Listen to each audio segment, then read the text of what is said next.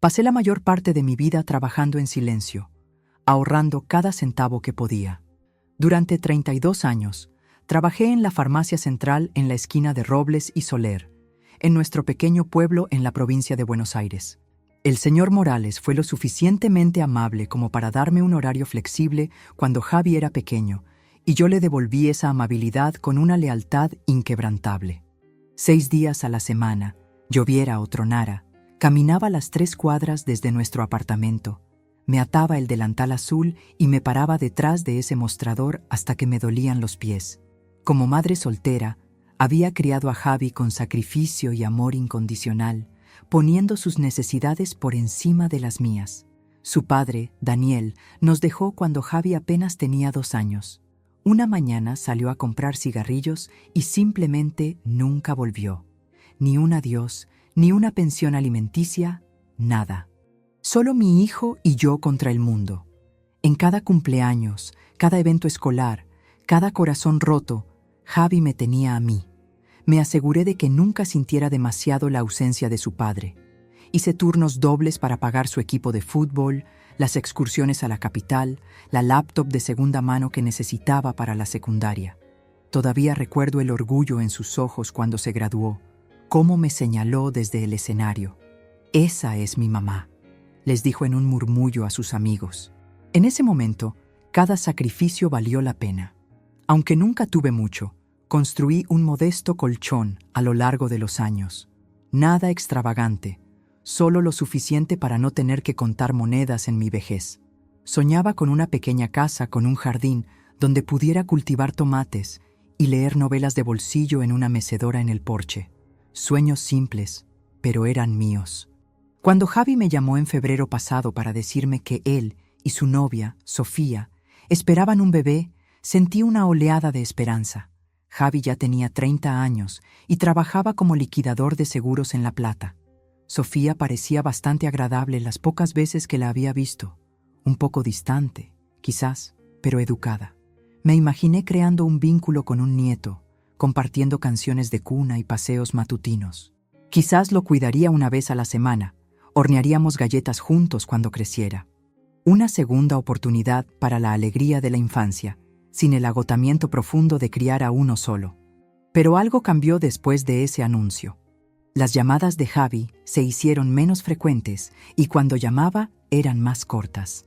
Dejó de preguntar por mi artrosis o de contarme sobre su día.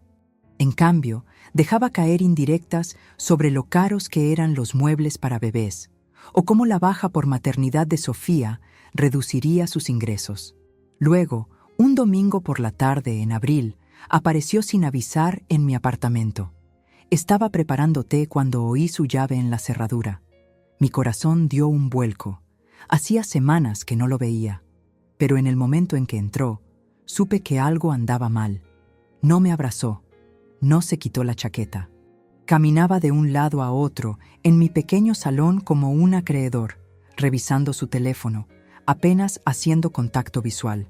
«Mamá», dijo finalmente, de pie junto a la ventana donde la luz revelaba las canas que ya se asomaban en su cabello, tan parecido al de su padre. «Tenemos que hablar de dinero», asentí, dejando 2 tazas de té en la mesita de centro. «Claro, cariño. ¿Está todo bien?» No tocó su té. «Sofía y yo hemos estado revisando nuestro presupuesto. Con el bebé en camino necesitamos mejorar. Un apartamento más grande, un coche más seguro, todo eso». «Tiene sentido», dije, tratando de ignorar el nudo que se formaba en mi estómago. «La cosa es», continuó, mirándome finalmente, «que no podemos hacerlo solos, necesitamos ayuda». Busqué mi bolso, pensando que necesitaba un préstamo. «¿Cuánto necesitas, Javi? Podría prestarte unos cientos de euros». «No, mamá», me interrumpió, su voz de repente más cortante. «No unos cientos. Necesitamos algo sustancial. He estado pensando en tus ahorros». Mi mano se congeló en el aire. ¿Mis ahorros? Sí. Quiero decir, has estado ahorrando dinero durante años, ¿verdad? ¿Y para qué? Sigues en este mismo apartamento, conduciendo ese Corsa viejo. ¿Para qué estás ahorrando de todos modos? La pregunta quedó en el aire como una acusación. ¿Para qué estaba ahorrando? Seguridad, tranquilidad, la certeza de que no sería una carga para nadie en mis últimos años. Javi, esa es mi jubilación. Mamá, soy tu único hijo, tu familia. Ese dinero va a ser mío de todos modos, ¿no? ¿Por qué no ahora que realmente lo necesitamos? No sonó como una súplica, sino como un ultimátum. Habló como si se lo debiera, como si las décadas que le había dado fueran un pago inicial para su conveniencia. No había preocupación por cómo sobreviviría yo, ni gratitud por los años que lo llevé a cuestas. Siempre dijiste que harías cualquier cosa por mí, añadió, con un filo calculado en su voz que nunca antes había escuchado. ¿Lo decías en serio? Sentí que se me iba el aire al darme cuenta. Para él, yo no era más que un recurso, un medio para un fin. El amor incondicional que le había dado durante 30 años ahora se usaba como un arma en mi contra.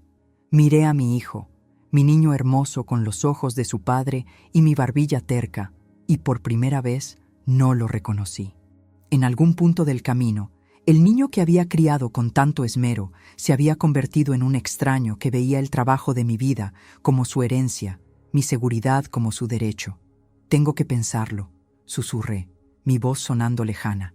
Se levantó, ya buscando sus llaves. No lo pienses mucho, mamá.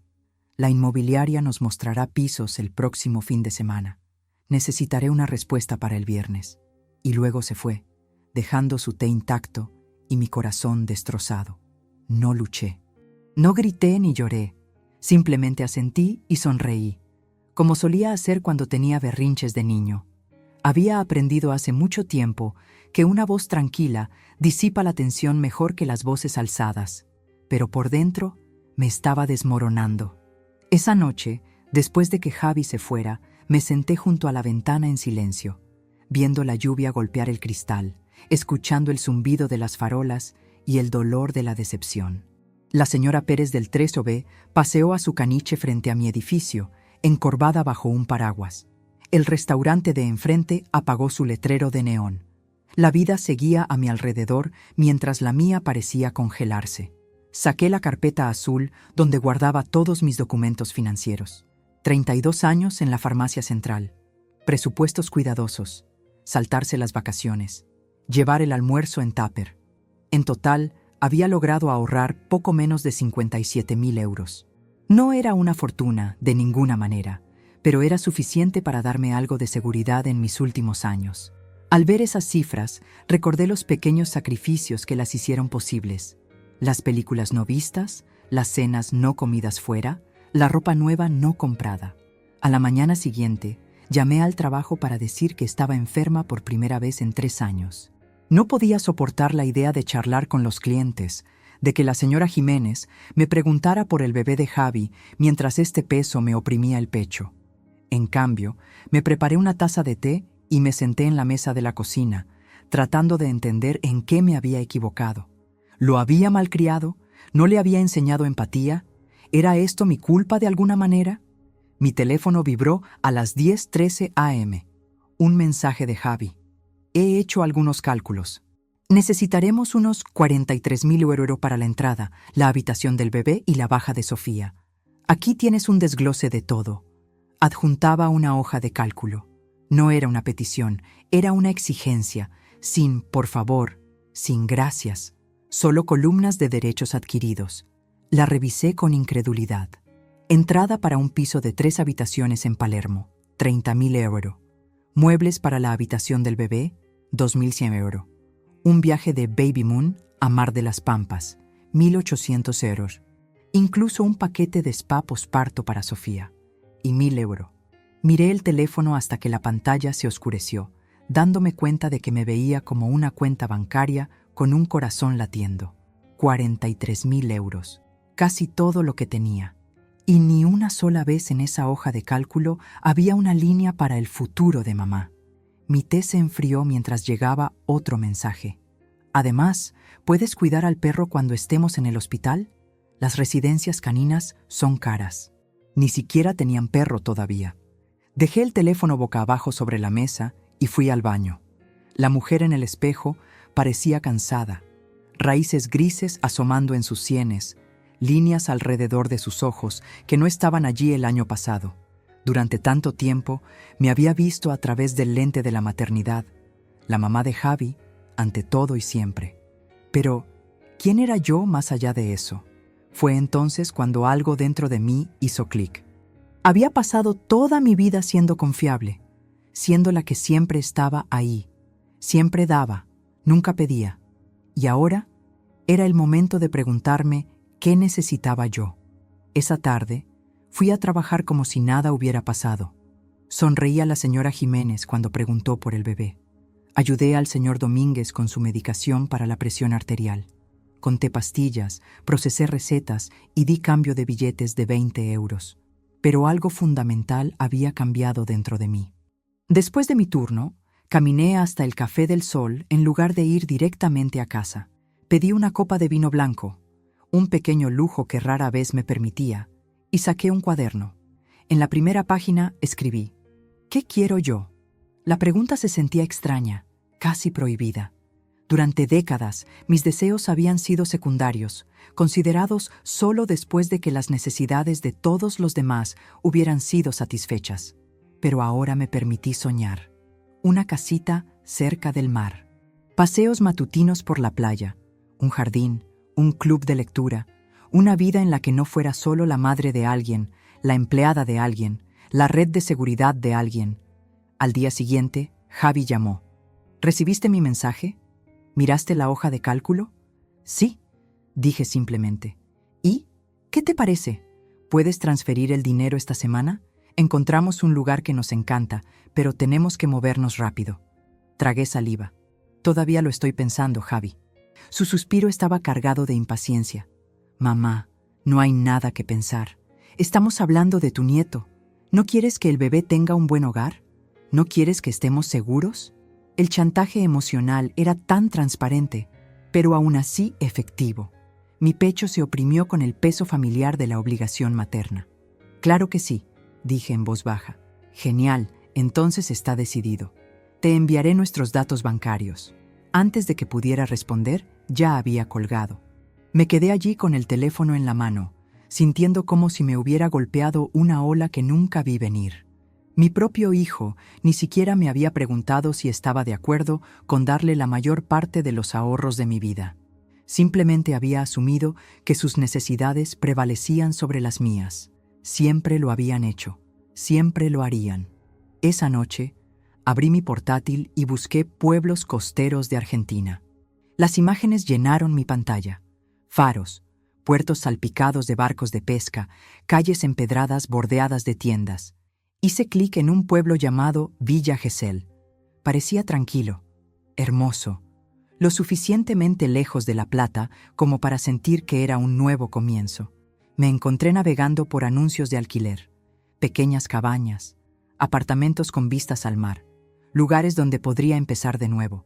¿Realmente estaba considerando esto? ¿Dejar todo atrás?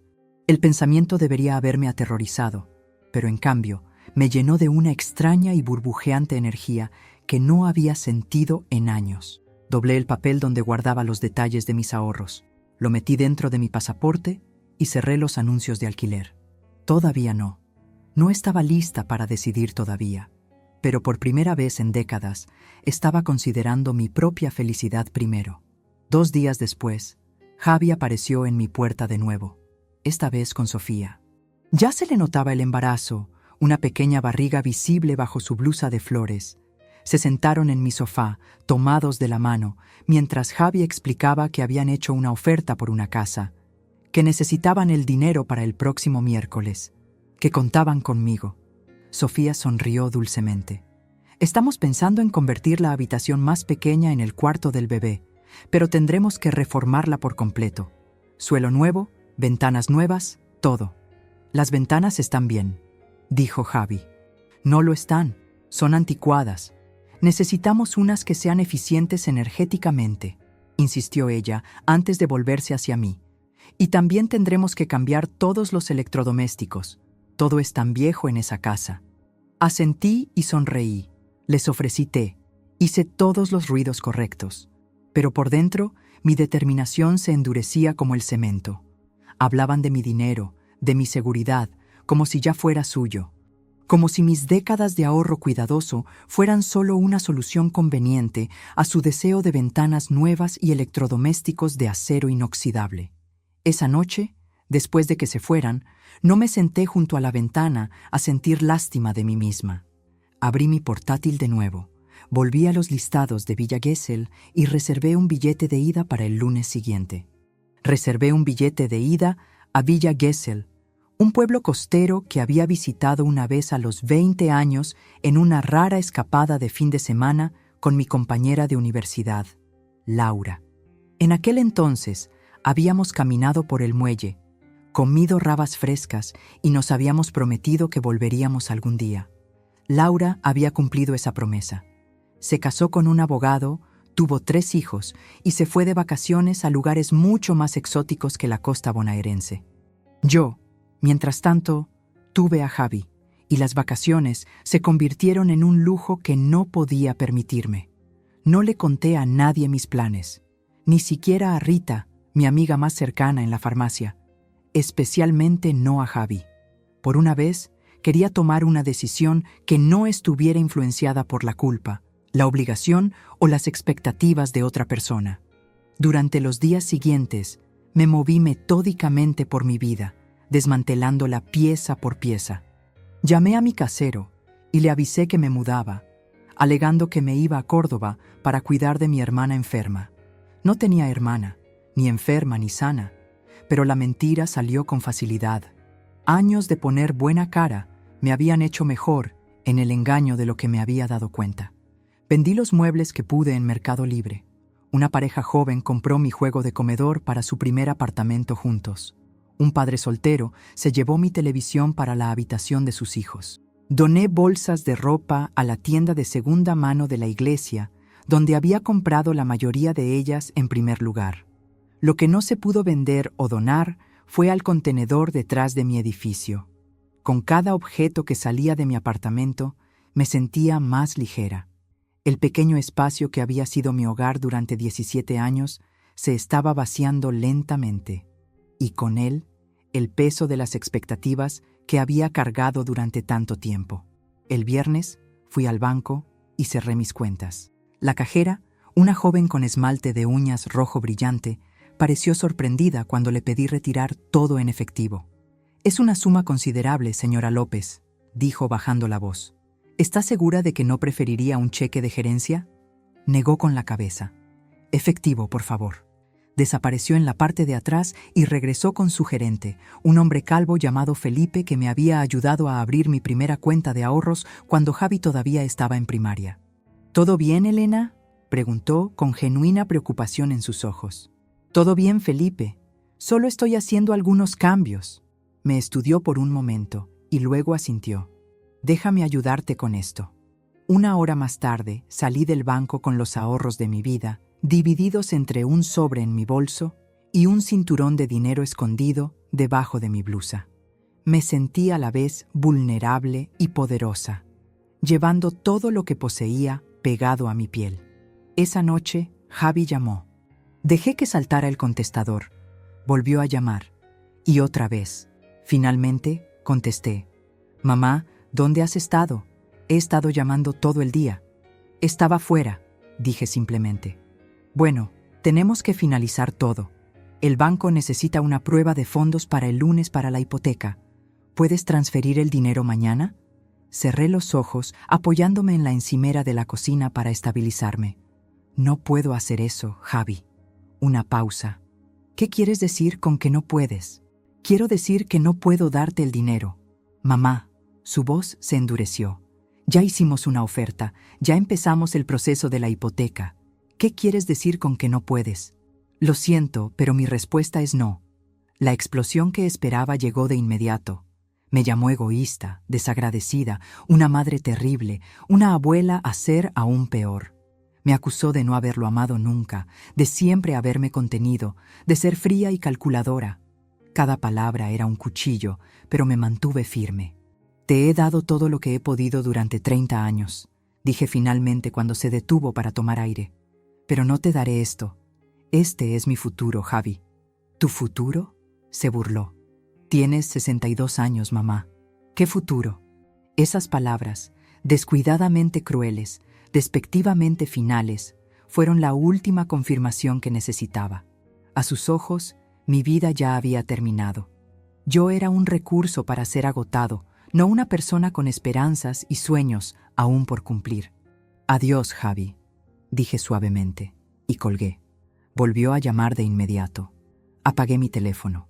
Al día siguiente, sábado, visité la farmacia central por última vez. No para mi turno, sino para despedirme del lugar que había sido mi segundo hogar durante más de 3 décadas. El señor Morales estaba en el mostrador, su pelo blanco más ralo que cuando empecé a trabajar para él, pero sus amables ojos sin cambios. «Elena», sonrió. «¿Te sientes mejor?» «Rita dijo que has estado algo pachucha». Asentí. «Mucho mejor, gracias, pero necesito hablar contigo sobre algo». En su pequeña oficina, rodeada de fotos familiares descoloridas y libros de referencia farmacéutica, le dije que me iba. No toda la verdad, pero sí lo suficiente. Que necesitaba un cambio, que tenía una oportunidad en otro lugar, que lamentaba el poco preaviso. Me miró durante un largo momento, luego metió la mano en el cajón de su escritorio y sacó un sobre. «Siempre supe que este día podría llegar», dijo, deslizándolo hacia mí. «Has trabajado más duro que nadie que haya conocido, Elena. Mereces cualquier felicidad que estés persiguiendo». Dentro del sobre había un cheque, una bonificación por jubilación que aparentemente había estado guardando durante años. No era una fortuna, pero fue suficiente para que se me llenaran los ojos de lágrimas. «No puedo aceptar esto», susurré. «Puedes, y lo harás», insistió. «Considéralo 32 años de agradecimiento». Salí de la farmacia con su cheque en mi bolso y promesas de mantener el contacto que ambos sabíamos que no cumpliría. El día antes de mi vuelo hice una última parada en el Parque Rivadavia, donde solía llevar a Javi cuando era pequeño. Me senté en el mismo banco donde una vez lo vi perseguir palomas entre risas, donde había vendado rodillas raspadas y limpiado helado de mejillas regordetas, donde le había leído cuentos y le había enseñado a atarse los zapatos, pero las risas ya se habían ido, reemplazadas por frías exigencias y un amor transaccional. Pasó una joven madre empujando un cochecito, su rostro cansado pero contento. Le sonreí, preguntándome si ella podría ver el futuro que yo había vivido, preguntándome si tomaría decisiones diferentes. Susurré un adiós que solo el viento escuchó, no solo a Javi, sino a la mujer que había sido, la madre infinitamente generosa, la mártir abnegada, la mujer que había creído que el amor significaba un sacrificio eterno. Cuando subí a ese avión el lunes por la mañana, sentí una extraña mezcla de miedo y euforia. Mi vida entera cabía en una maleta y un bolso de mano. No tenía un trabajo esperándome, ni amigos para recibirme, ni un futuro cierto al que entrar. Solo una pequeña cabaña de alquiler que había encontrado por internet, pagada por 6 meses por adelantado con una parte de mis ahorros. No estaba huyendo, me estaba recuperando a mí misma. Por primera vez en décadas, mi futuro era solo mío. Ya no era la red de seguridad de nadie, el plan B de nadie. Era una mujer con un destino, aunque no supiera lo que me esperaba allí. Mientras el avión despegaba, miré hacia abajo a la ciudad que se encogía, a la única vida que había conocido desvaneciéndose en miniatura. Mi corazón se aceleró con terror y posibilidad. 62 años, y estaba empezando de nuevo. El pensamiento debería haberme paralizado. En cambio, se sintió como respirar libremente después de décadas bajo el agua. «¿Le apetece algo de beber?», preguntó la azafata, deteniendo su carrito junto a mi asiento. Sonreí. «Champán, por favor». Ella enarcó una ceja. Apenas eran las 9 de la mañana, pero me sirvió una copa de plástico con burbujas sin hacer comentarios. La levanté en un brindis silencioso por mí misma, por lo desconocido, por la mujer en la que me estaba convirtiendo, la mujer que siempre había sido bajo las capas de maternidad y sacrificio. Elena López. No solo la mamá de Javi, no solo un recipiente para los sueños de otra persona. Yo. El pueblo costero de Villa Gesell me recibió con vientos suaves y rostros desconocidos. Mi cabaña era exactamente como se anunciaba, pequeña pero encantadora, con tejas grises desgastadas y una puerta azul que crujía al abrirse.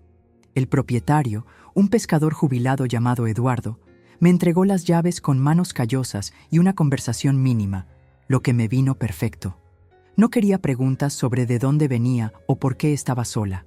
Por dentro, la cabaña era simple pero limpia. Cortinas blancas, una pequeña cocina con encimeras azules, un dormitorio que daba al este, hacia el agua. A través de las ventanas podía ver el Atlántico extendiéndose hacia el horizonte, vasto y constante, y de alguna manera reconfortante en su indiferencia a las preocupaciones humanas. La primera noche dormí mejor que en meses, arrullada por el sonido lejano de las olas y la ausencia de obligaciones, sin turnos en la farmacia para los que despertarse, sin llamadas de Javi que temer. Solo yo y el silencio y la promesa de un día que se desarrollaría según mis propios deseos. Me despertaría con el sonido de las olas, tomaría té en el porche y daría largos paseos por la orilla. Al principio, me movía por el pueblo como un fantasma, haciéndome pequeña por vieja costumbre. Compraba rápido, comía sola, mantenía la mirada baja. Años de poner a los demás primero me habían enseñado a ocupar el menor espacio posible. «Eres nueva aquí», dijo una voz una mañana mientras hojeaba las estanterías de la librería del mar. Me volví para encontrar a una mujer de mi edad, su cabello plateado cortado en un bob elegante, unas gafas de lectura rojas y brillantes posadas en su nariz. «Sí», admití, sorprendida por el acercamiento directo. «Soy Diana», dijo, extendiendo su mano. «Cotilla local y cocinera terrible, pero preparo un martini decente. Deberías unirte a nuestro club de lectura». Así de simple. Sin preámbulos, sin rodeos cuidadosos, solo una invitación ofrecida libremente, sin más expectativa que un simple sí o no. «Soy Elena», respondí, tomando su mano, «y no he leído nada más que revistas de farmacia en años». Diana se rió. Momento perfecto para empezar, entonces. 3 días después, me encontraba en el salón de Diana con otras 5 mujeres, todas de mi edad, discutiendo una novela que había leído apresuradamente durante el fin de semana. Discutían apasionadamente sobre las motivaciones de los personajes y los agujeros en la trama, bebiendo vino y hablando unas sobre otras con la comodidad fácil de las viejas amigas. «¿Qué te pareció, Elena?», preguntó Margarita, una profesora de literatura de secundaria jubilada con un aire práctico. Todos los ojos se volvieron hacia mí. Había pasado tanto tiempo siendo cuidadosa con mis palabras, midiendo las respuestas en función de lo que otros querían oír. Pero estas mujeres no me conocían. No tenían expectativas. Pensé que la protagonista era una cobarde. Dije, sorprendiéndome a mí misma con el juicio. Se la pasó esperando permiso para vivir su vida. Se hizo el silencio y por un momento pensé que las había ofendido. Entonces Margarita levantó su copa. «Eso es», dijo, «por no ser cobardes». Todas brindaron por eso, y yo también, sintiendo que algo dentro de mí se aflojaba un poco más. Al principio, me sentía culpable por la forma en que la felicidad se colaba en mis días, un viejo reflejo. Cada vez que sonreía, me preguntaba si tenía derecho a ello. Mañanas en el porche con café y un libro. Tardes explorando pozas de marea con los nietos de Margarita cuando venían de visita. Noches en casa de Diana, aprendiendo a jugar al buraco y bebiendo esos martinis decentes que había prometido. ¿Se me permitía esto? ¿Esta satisfacción que no pedía nada de mí más que presencia? La voz de Javi resonaba en mi cabeza en los momentos de silencio. «Tienes 62 años, mamá. ¿Qué futuro?» Como si mis años restantes fueran solo un epílogo que no valía la pena invertir o proteger. Pero lentamente, la culpa dio paso a la serenidad. Empecé a ser voluntaria en la biblioteca local, colocando libros en los estantes y ayudando con la hora del cuento para niños. La bibliotecaria, Nancy, era una mujer tranquila con un ingenio seco que apreciaba mis habilidades organizativas y no le importaban mis silencios ocasionales. «Tienes buenas manos para este trabajo», me dijo una tarde mientras reparábamos lomos de libros dañados. Firmes, pacientes. Fue la primera vez en años que alguien me valoraba por quién era, no por lo que podía dar. A los niños de la hora del cuento no les importaba mi pasado. Solo querían que hiciera bien las voces. Los usuarios mayores que necesitaban ayuda para encontrar novelas de misterio en letra grande no preguntaban por mi familia. Simplemente apreciaban que recordara sus preferencias. Empecé a escribir un diario, registrando mis días en un cuaderno de cuero que Diana me regaló por mi cumpleaños. Un cumpleaños del que no le había hablado a nadie, pero que de alguna manera ella había descubierto. Para tus nuevas historias, decía la tarjeta. También empecé a pintar, acuarelas torpes del puerto al principio, luego intentos más audaces de capturar la luz sobre el agua, el ambiente de los cielos tormentosos. No era buena, pero no necesitaba hacerlo. La alegría estaba en el hacer, en la libertad de intentar y fracasar y volver a intentarlo sin juicio. Algunas noches caminaba hasta el final del muelle, un espigón rocoso bordeado de talleres de artistas y pequeñas tiendas ya cerradas por la noche. Veía la puesta de sol teñir el agua de oro, luego de azul profundo, luego de negro. A veces veía parejas allí, cogidas de la mano, compartiendo la belleza. Sentía una punzada entonces, no de arrepentimiento, sino de reconocimiento de que la vida ofrece muchos tipos de plenitud. Una vez, incluso me uní a un grupo de mujeres de mi edad que bailaban descalzas en la arena durante el solsticio de verano, moviéndose al ritmo de las olas y los tambores, riendo como niñas. Nunca antes había bailado así, libremente, sin autoconciencia, sin preocuparme por cómo me veía o lo que pensaban los demás.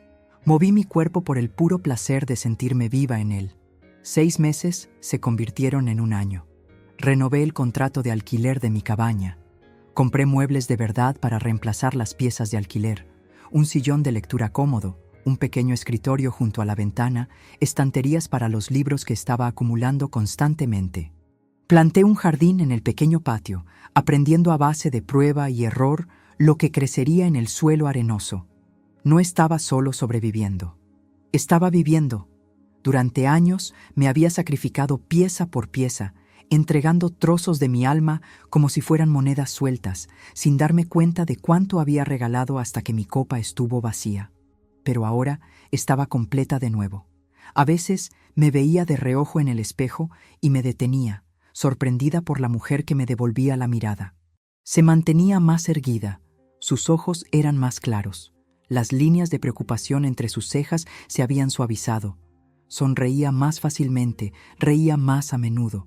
Parecía alguien con historias que contar, no solo recados que hacer. No necesitaba validación, no necesitaba que me necesitaran. Mi alegría ya no dependía de mi papel en la vida de otra persona. Finalmente, me había convertido en la protagonista de mi propia historia. Y aunque todavía había momentos de duda, todavía días en que cuestionaba mis elecciones, se hicieron menos frecuentes a medida que mis raíces en este pueblo tranquilo se hacían más profundas.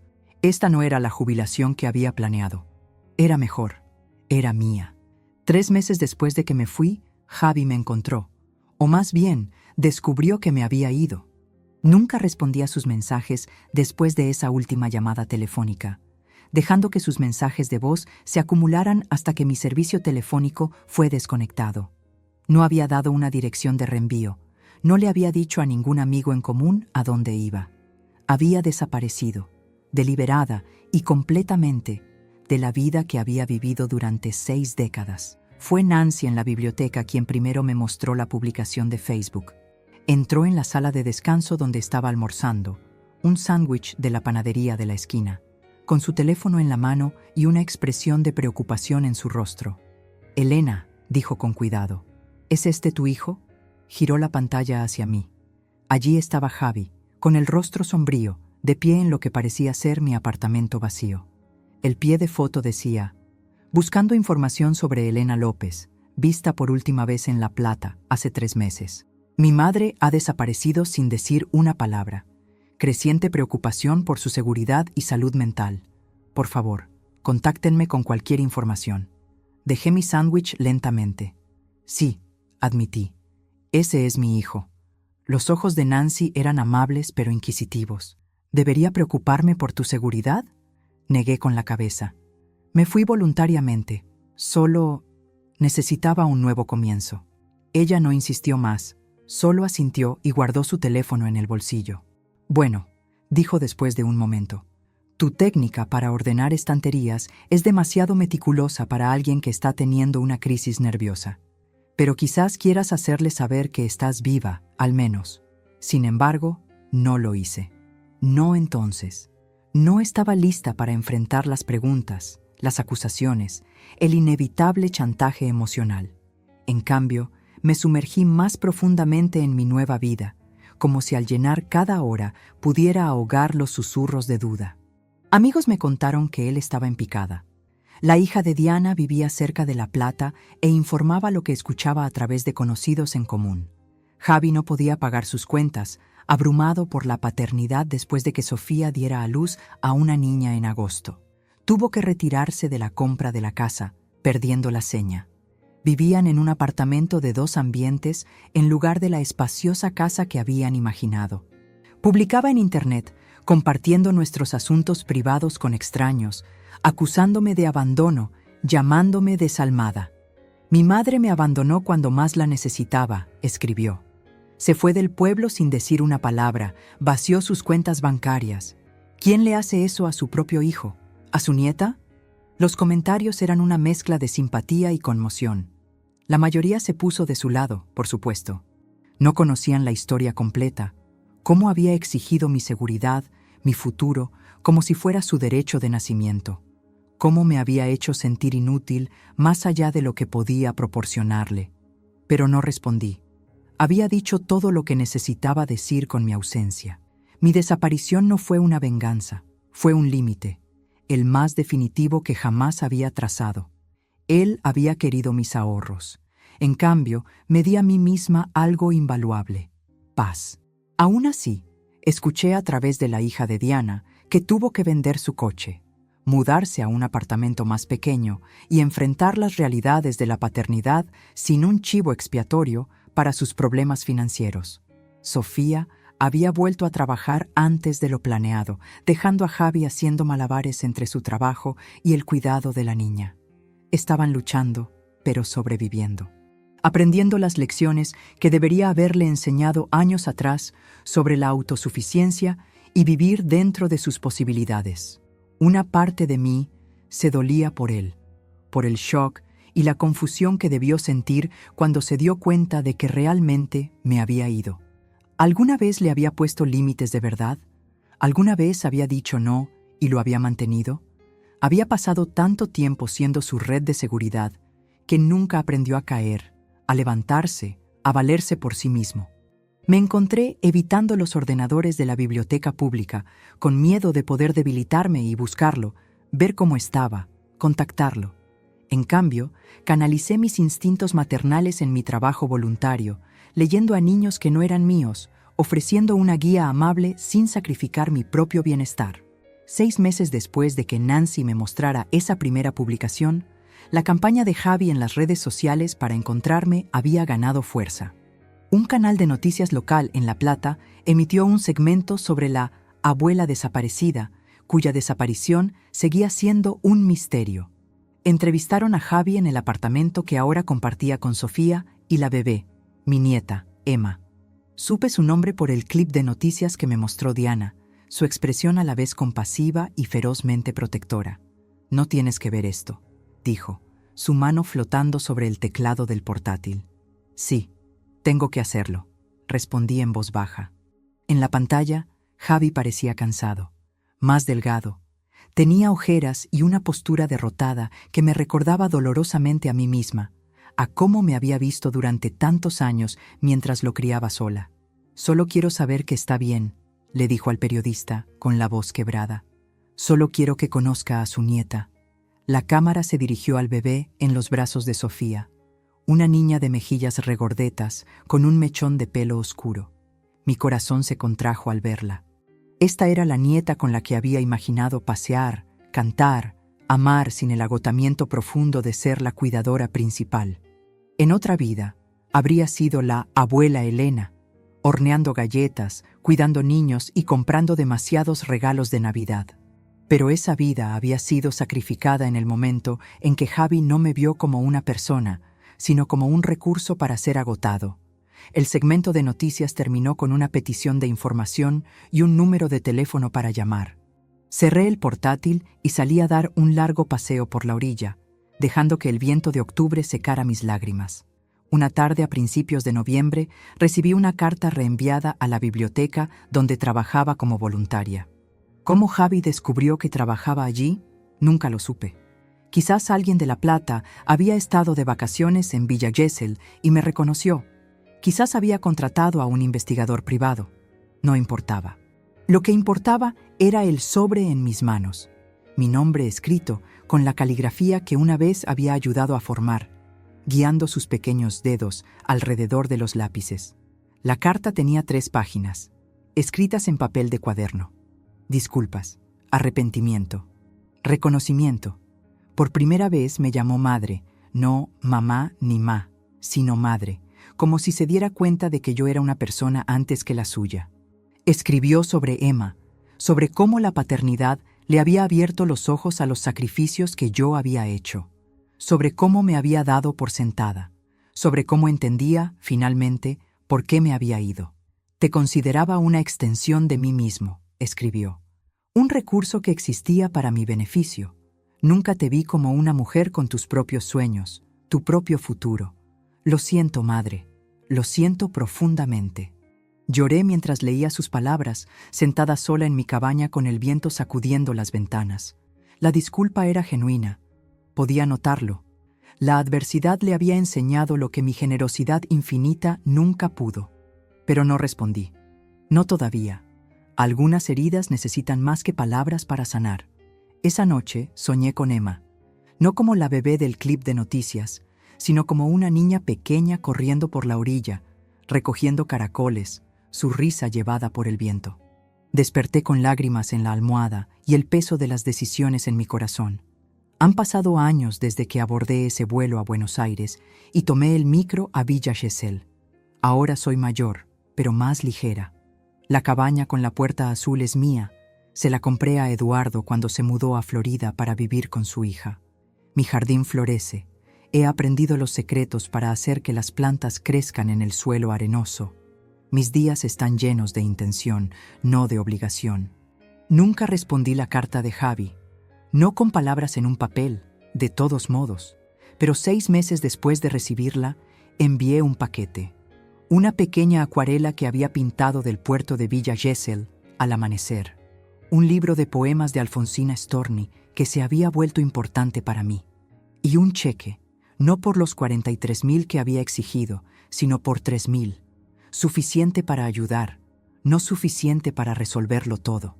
No una rendición, sino un puente. En la línea de memo del cheque, escribí simplemente, para Emma.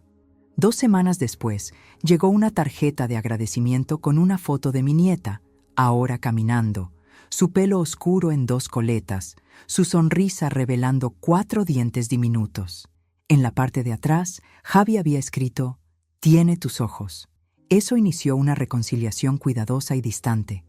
Tarjetas de Navidad, regalos de cumpleaños enviados por correo, fotos ocasionales de los hitos de Emma, notas breves y educadas intercambiadas sobre temas neutrales. Ninguno de los dos mencionó el pasado directamente. Ninguno de los dos sugirió una visita. Existíamos en la vida del otro de forma periférica, con cautela, los bordes ásperos de nuestra relación suavizándose lentamente con el tiempo.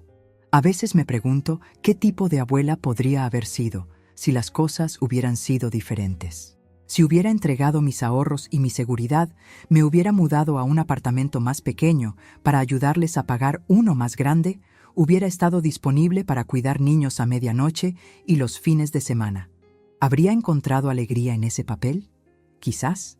Pero, ¿a qué costo? 3 años después de que me fui, Javi llamó. Mi nuevo número de teléfono había sido incluido en una tarjeta de cumpleaños para Emma. Contesté con temor, sin saber qué esperar. «Madre», dijo, su voz más profunda de lo que recordaba, más mesurada. «¿Cómo estás?» Hablamos durante 17 minutos, sobre el clima en nuestras respectivas ciudades, sobre su ascenso en el trabajo, sobre el jardín de infantes de Emma. Ni una sola vez pidió dinero, ayuda o sacrificio. Ni una sola vez sentí el peso familiar de la obligación oprimiéndome. Cuando nos estábamos despidiendo, Hizo una pausa. Ahora entiendo, dijo en voz baja. ¿Por qué te fuiste? Lo que hice. Quiero que lo sepas.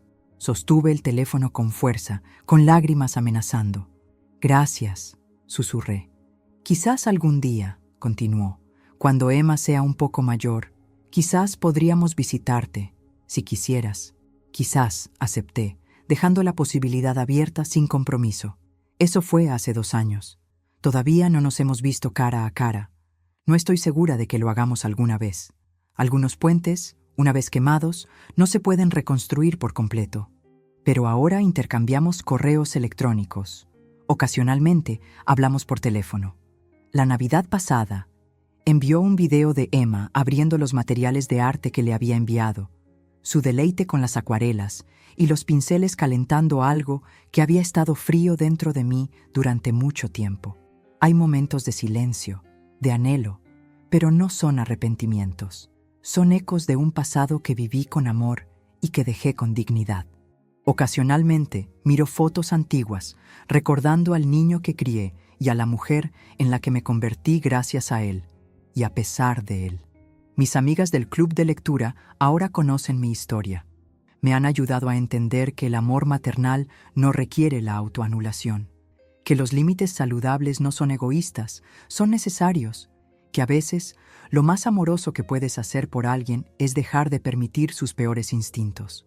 Le enseñaste una lección importante, me dijo Margarita una vez, mientras caminábamos por la orilla recogiendo vidrios de mar. Una que no podría haber aprendido de otra manera. No sé si eso es cierto. Solo sé que no podía continuar como estaba, vaciándome para satisfacer las necesidades de los demás. Algo tenía que cambiar. Y como Javi no lo haría, lo hice yo. El mes pasado cumplí 67 años. Mi club de lectura me organizó una fiesta sorpresa en casa de Diana, con vino, tarta y risas estruendosas. Nancy, de la biblioteca, me regaló una primera edición de La Amortajada de María Luisa Bombal, que había sido donada a su colección.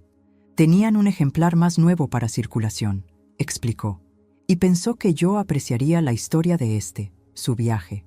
Pasé los dedos por la cubierta gastada, pensando en los viajes. En la distancia entre la mujer que abordó ese avión hace 5 años y la mujer que ahora estaba rodeada de amigas, celebrando otro año de una vida recuperada. Pide un deseo, instó Diana mientras estaba de pie frente a la tarta iluminada por las velas. Cerré los ojos, pensando no en lo que me faltaba, sino en lo que había encontrado. Paz, propósito, respeto por mí misma, comunidad. No necesitaba desear nada, ya tenía lo que importaba.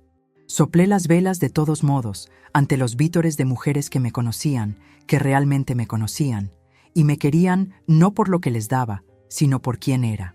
Javi me envió un correo electrónico al día siguiente, sin saber de mi celebración de cumpleaños. Emma preguntó por ti hoy, escribió. Quería saber si te gustan los dinosaurios tanto como a ella. Le dije que pensaba que sí. Está trabajando en un dibujo para ti. Sonreí a la pantalla, imaginando a esta niña que apenas conocía encorvada sobre el papel, dibujando cuidadosamente criaturas prehistóricas para una abuela que algún día podría conocer. No había presión en el mensaje, ni expectativas, solo una pequeña conexión ofrecida sin exigencias. Me elegí a mí misma, y eso, al final, me salvó. Nos salvó a ambos, quizás.